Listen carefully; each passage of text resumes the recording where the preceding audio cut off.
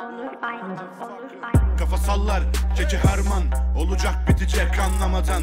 Çeki her kızı tavlayamaz, bunu yiyince mermi anlayacak. Sallayacak tesbih cezaevi, gardiyan başına damlayacak.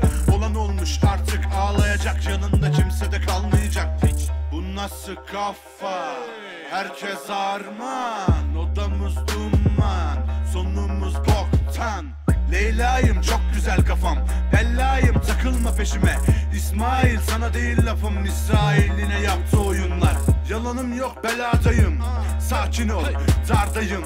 Konuma gerek yok tuzaktayım, mahalleden çok uzaktayım. Nasıl düştüm bilmiyorum, önümü bile görmüyorum. Olanlar oldu böyle Hakim Bey, yatamam içeride adil değil. Fermanımı verin Hakim Bey, hadi Hakim Bey. Bunu da yazın hadi Katip Bey, kurallar sokağa adil değil. Fermanımı verin Hakim Bey, hadi Hakim Bey. Bunu da yazın hadi Katip Bey, kurallar sokağa adil değil. Yaralandım sol yanımdan, yaram var Hakim Bey. Herkes gibi masumum ben de, karalandım Hakim Bey.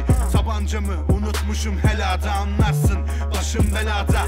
Kafamızda onca sorun var, sokaklar hiç adil değil. Jillet gibiyiz, ayıktın mı? Keseriz bize yanlış yapanı. Biletimi aldım indirimli, cehenneme yolum Hakim Bey. Olanlar oldu böyle Hakim Bey, yatamam içeride adil değil. Fermanımı verin Hakim Bey, hadi Hakim Bey. Bunu da yazın hadi Katip Bey, kurallar sokağa adil değil. Fermanımı verin Hakim Bey, hadi Hakim Bey. Bunu da yazın hadi Katip Bey, kurallar sokağa adil değil.